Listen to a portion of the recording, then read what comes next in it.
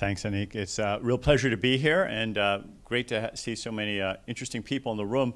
One of the things I want to do is talk a little bit about what Anik started off about, some of the hype we're all seeing, and also the real potential for tremendous productivity growth. I raised my hands both times because I think that's what's going on right now. The trick really is to figure out how to separate out the hype from the reality, and I'll introduce something we call the task-based approach to help with that.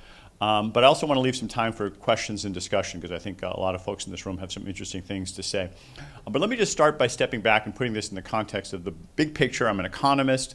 I love reading economic history. And there have been other amazing transformative technologies in history. In fact, if you look at the great sweep of human history for centuries or millennia, mostly things didn't change very much until, let me see if I can push the right button here.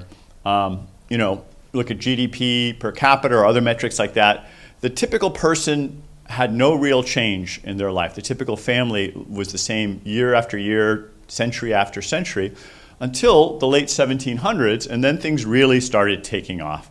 And why was that? Well, different arguments, but I think the real thing was technology. There was an invention of a particular technology, a better steam engine that James Watt introduced, and that ignited the Industrial Revolution. And ever since then, we've been growing exponentially, a couple percent per year, and that leads to about a 50-fold increase in our living standards, why we live so much better than people did a couple of hundred years ago. That was the first really important general-purpose technology. We economists used to just say GPTs, but that acronym has been stolen from us. General-purpose technologies like the steam engine, another very important one was electricity, the internal combustion engine, and of course, I believe, and I think maybe you do, that AI is the GPT, the general purpose technology of our generation. More formally, Tim Bresnahan here at Stanford has defined them, and Manuel Trachtenberg, as having these three characteristics: pervasive, able to be improved over time, and able to spawn complementary innovations. I think that last one is especially important, all the things you can build on it that extend it. I would go further and argue that AI is not just a GPT, but it is the most general of all general purpose technologies. Because after all, as Demis here, I don't know how many of you guys have visited him over in King's Cross, they have a modest little slogan there. Our goal is to solve intelligence and then use that to solve all the other problems in the world. I'm sure you have a mission statement like that too somewhere. But he's got a point, actually. If you can solve intelligence, whatever that exactly means, you can do a lot for healthcare, environment, poverty. So many other problems can be addressed if you can make progress on intelligence. So it's not just a GPT, but really a very fundamental one. Some people call it our last invention. I don't know. And the metrics are pretty impressive. I hope you guys have taken a look at the AI Index report. I helped pull that together. Every year we come out with a compendium. This is about 520 pages this year, filled with data about progress on many, many different metrics in many different areas. And as you can see, they're all going up and to the right, and they seem to be happening faster and faster, our ability to make progress. I had them put in this dotted line near the top, which is the human baseline on those same metrics. Many of them humans can do as well. And interestingly, a lot of them are matching or surpassing human performance. I think that's almost a little bit like when water crosses the boiling point and goes from liquid to steam. It's a phase transition when a machine is able to do something that a human used to be able to do and goes across that transition. If you're an entrepreneur or an investor or a manager, you've got two ways of doing something, and one of them becomes better, then you're going to switch over. And so we're seeing for more and more tasks that's happening. We're not at AGI where AI can do everything yet, but there are certainly more and more specific tasks where AI is a better solution, a faster, cheaper, more accurate solution. So why is this happening? Well, a lot of you guys are technologists, so I'll go a little quick. We've got AI. I've been working on it. I built expert systems back in the late 1980s for a company, and I taught courses on that, and that's what AI used to be. But now we have a new kind of AI that is really the reason for all those acceleration, which is machine learning. The old approach, software 1.0 if you want to call it that, was taking inputs and a program and getting outputs.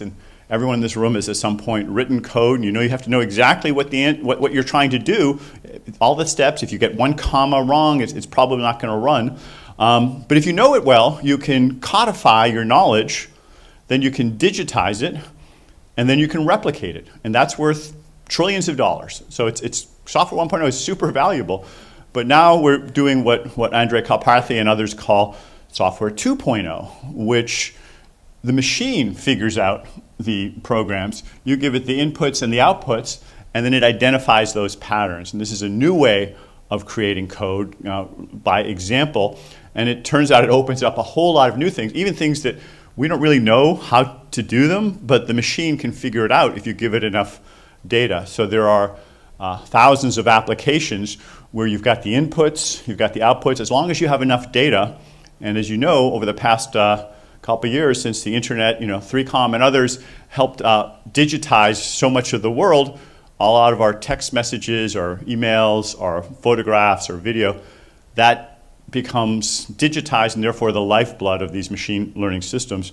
And now we're in the generative AI era, so that is opening up a lot more. But let me talk a little bit about the economic implications of this. So probably the most common question I get is, does this mean the end of work? So will the machines be able to do everything? And Anik touched on this a little bit. Jeff Hinton, 8 years ago, pointed out that AI could recognize pathologies in medical images as well or better than humans in more and more cases. And there are a lot of papers published about this. And so he thought we should just stop training radiologists because it does that better. Might be 10 years, he said, but we have enough radiologists already. So that was an interesting insight about what AI could do. And I'm just curious, what do you think has happened to radiologists? So how have things progressed? Let's just do a little poll. How many people have the sense that the number of radiologists has gone down by more than 30%? Raise your hand. No? Okay. How about 0 to 30% decline? Okay. How about roughly even, flat? Okay. How about increasing, actually more radiologists than before? Okay. Well, this is a better audience than most of the audiences I talk to. It turns out that it not just went up, it actually has almost tripled. The number of job postings and posting. I go over to Stanford Hospital and they cannot find enough radiologists. So it's kind of striking because I don't think Jeff Hinton was wrong, so godfather of AI, about the capabilities. It's able to do a lot of these problems. But nonetheless, we have more. And so what's going on? And there's a couple of things that are going on. The first is that when you look at what a radiologist does, it's not just one big job. You have to go down to the task level. And what you do is you find that there are individual things that radiologists do, some of which machines can do better, others which you really want to keep a human in the loop. And I'll talk about those in a minute. The second thing is that when prices come down, economists, you remember from your Economics 101 class, if it's not too much trauma, there's downward sloping demand curves. And so lower prices lead to more quantity. And we've seen that happen as well. So as the price comes down, the quantity increases, more people are demanding medical images, and depending on how steep that curve is, you may actually end up spending more, not less. It seems paradoxical, some people call it Javon's paradox, but more productivity, lower prices can lead to more spending. To give you a kind of an intuitive example of that we can all relate to, jet engines made pilots a lot more productive, many more passenger miles, going further, faster, cheaper. Did the advent of jets lead to the end of pilots or a big reduction? Of course not. It led to more pilots because more people flew. We all fly. I'm flying in a couple hours, actually. I probably wouldn't have done that if it weren't for jet engines. So it's quite possible. Not always. It depends on how steep that curve is. The demand elasticity is the economist term. But it is possible you actually spend more as prices go down. But let me talk about that first thing, the task-based analysis and how that works. So I think the right way to analyze what AI or any technology is doing to an economy or a business is not to look at the whole industry or the whole occupation either, but every job is a bundle of tasks. And then you take those tasks and you can analyze them individually and say, can AI help with this task? Can AI help with that task? Sometimes yes, sometimes no. Rarely the whole job, but individual tasks you can make much more progress. Once you've identified how AI helps with specific tasks, then you can roll them up again. You can bundle them up by the value added that it's creating or by the wage contribution. And now you're getting a sense of how much value a particular AI cluster of AI technologies is creating, or any technology, up to the level of a whole company. And that's essentially what my company, WorkHelix, does. It's based on a bunch of research we did at MIT and Stanford and Wharton, where published in journals like Science and Nature, where we did exactly this. We broke the economy down into individual tasks. In this particular paper, we looked at about 18,000 tasks. We scored every one as to whether or not there was a machine learning solution from it and aggregated it up. So let's go back to our example of the radiologist and see how this works. According to the Bureau of Labor Statistics, ONET's classification, there are 27 distinct things that a radiologist may do. Not all radiologists do all of them, but these are the 27 tasks. And one of them, pretty important one actually, is number 4, interpreting images. And that's the one that Jeff Hinton recognized and, whoa, AI can help a lot with that. He was totally right about that. But he didn't pay that much attention to the other 26 tasks, like administering conscious sedation. I don't really think I'd want a robot coming in and sedating the patients without a human involved. And most of these other tasks, you really want to keep a human in the loop. So what happens is that AI has helped tremendously with one or a few of these tasks. Others it doesn't touch. And the net effect is you still need humans for those other parts. This is exactly the pattern we saw not just in radiologists, but every single other occupation we looked at. There was not a single one where machine learning or any other technology just ran the table and did all of them. In every case, there were some parts that humans still had an advantage. Also, there was not a single one where AI did nothing, where there was no opportunity whatsoever. In every one, there was something that AI could help with. So the lesson is that if you analyze at the level of the job or the occupation, you're really missing things. We're not going to have mass joblessness or mass replacement of entire occupations. What we will have, and what we are having, is mass reorganization, massive disruption, and business transformation. But you can only see that if you go down to the task level. Now, that's not to say that all jobs are exactly identical. There are some that are affected a lot more than others. Daniel Rock, one of my former grad students and who's now a co-founder of WorkHelix with me, looked at where GPT, generative pre-trained transformers, the OpenAI technology, could affect different kinds of occupations. So the horizontal axis here is wages, higher wages to the right, lower wages to the left. The vertical axis is how much GPT could help. And it's not like a random scatter plot. There's sort of like an upward and then a little down. So the higher, upper, middle income jobs are the ones that are most affected. So a lot of doctors, accountants, lawyers, a lot of their tasks can be affected. Down here, it turns out for truck drivers, carpenters, plumbers, they have fewer tasks that could be affected. This is a very different pattern, by the way, than what we saw with our earlier technologies. I've been studying these technologies for about 30 years, and previous waves of technology tended to disproportionately affect less skilled workers. So this is a little bit of a different pattern, but it's affecting different ones in different ways. Let me describe a particular case study in a little more depth, and then we'll talk more about how to apply the task-based analysis. So if you look at, say, customer service, call centers, we studied this in great depth at a company called Cresta, rolled out their technology. They did not try to replace the human operators. Instead, they augmented them. So the customer would call in with a question, and then the system would give them a suggested answer, and the human call center operator would ultimately decide how much of this to use. A little less than half the time, they just used it verbatim. Other times, they would edit it. Sometimes they would ignore what the system said and do something different. And they rolled it out in a phased way. Some people got access to it and some people didn't. And this was gold for me as a researcher, because now I had a natural experiment. We were able to see causally what were the effects of this technology. And we saw something very quick and very striking. within just a few months, this red line, the people who got access to the technology performed much, much better. And the people who didn't have access to it, they got a little better over time, but they never got as good as the people who had access to the technology. A very striking causal relationship. We had looked at about a dozen different KPIs. This is productivity, which is this one, resolutions per hour. But we also looked at many other metrics.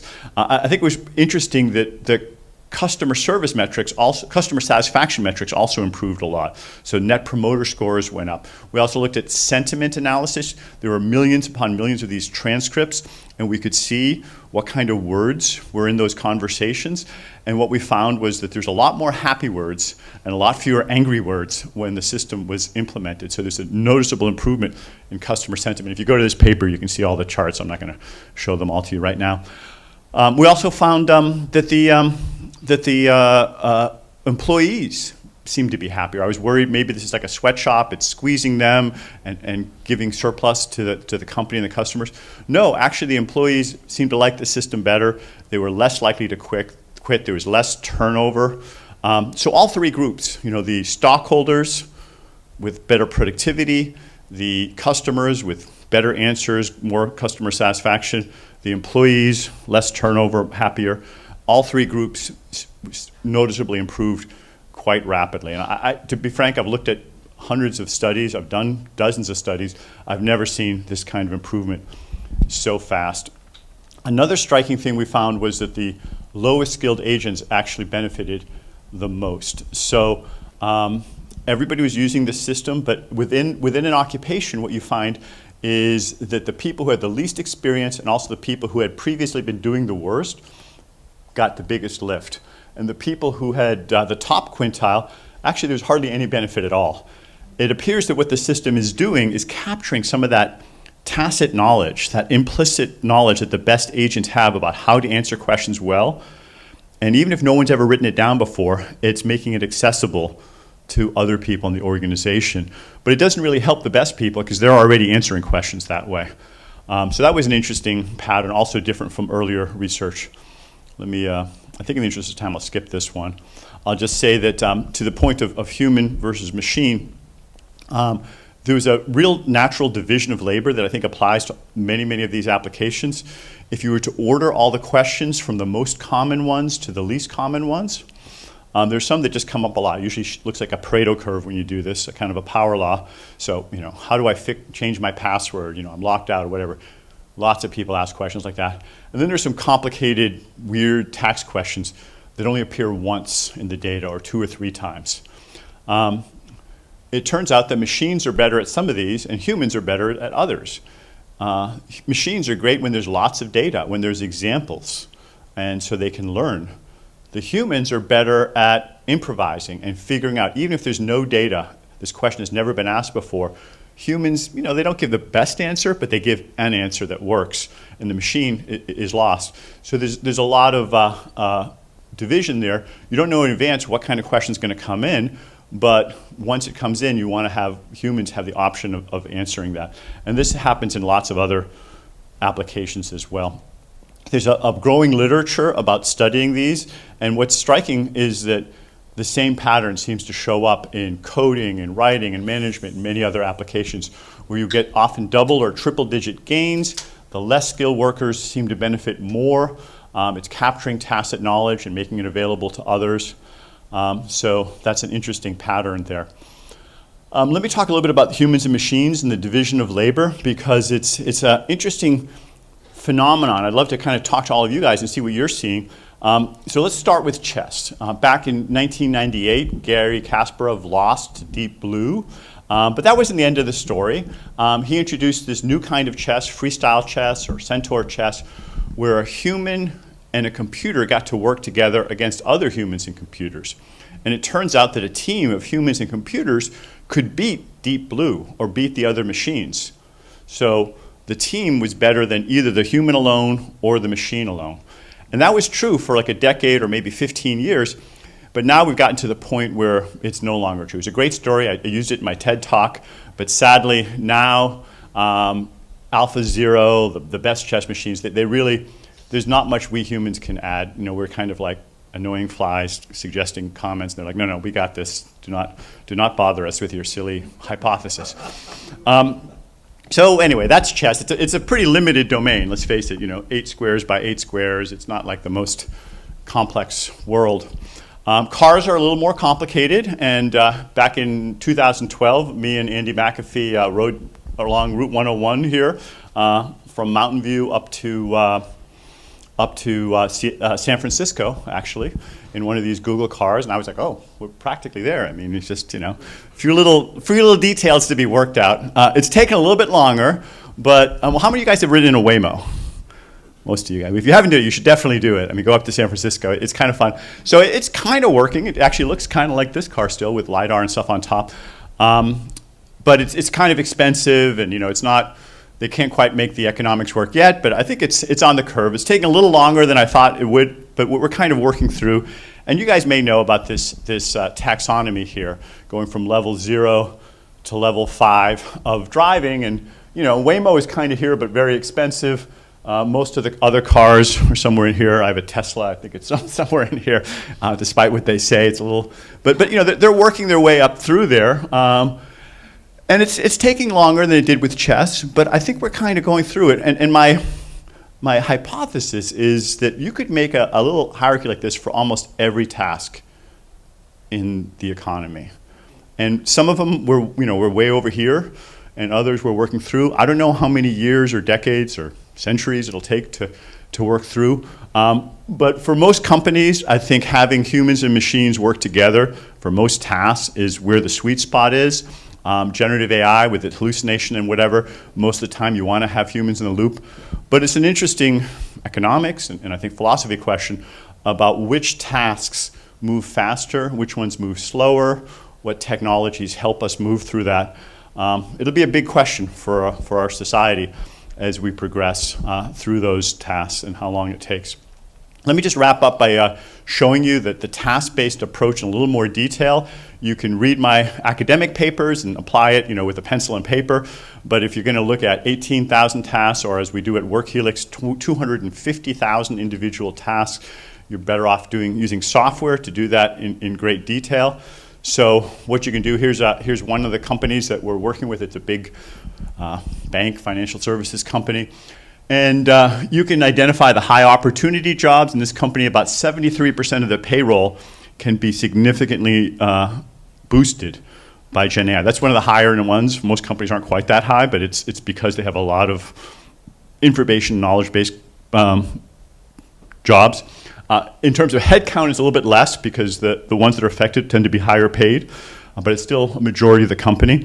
And you can see some of the main tasks. Each of these bubbles is one of the tasks. The ones to the right have a lot more of the tasks that are suitable. So sales managers is very prominent. You got, what is that? Financial investment analysts, software developers. Almost every company has a lot of opportunities with coding and software developers. What's this one up here? General and operations managers, a lot of people in that category. It's not quite as many tasks because it's, as the others, but it's just a big chunk of the payroll. And so you can go on through all of the different ones and see where the opportunities are. So let me just wrap up before I take some questions and comments from you about what to do tomorrow morning. I think there's no time to wait on this. There's a lot of hype out there, billions of dollars being wasted, but there's also just tremendous opportunities, literally trillions of dollars of opportunities. And over the next 10 years, we're going to have the greatest business transformation we've ever seen in world history. And the companies that are adopting these technologies and not wasting them on the bad applications, but using data to identify the good applications are going to have huge benefits. They need to start by developing a plan. I think the task-based approach would give you a roadmap to that, and then tracking progress, like those KPIs I showed you with the customer service. There's a different set of KPIs for coding. Every set of applications has a set of KPIs that you can track. You probably, surely already have most of the data you need that you're tracking in your organizations. It just needs to be brought into a dashboard and then use some of the causal estimate approaches that we used in that paper so you can figure out what's cause and what's just correlation. If you do those two things, I think you're going to turn technology into productivity a lot faster. It won't take years or decades the way it did with some of the earlier general purpose technologies. If you want to read any of the stuff that I just told you about, it's on these websites, and you can download my articles or go for a demo at WorkHelix to read a little bit more about it. So thanks very much. Looking forward to your questions and comments.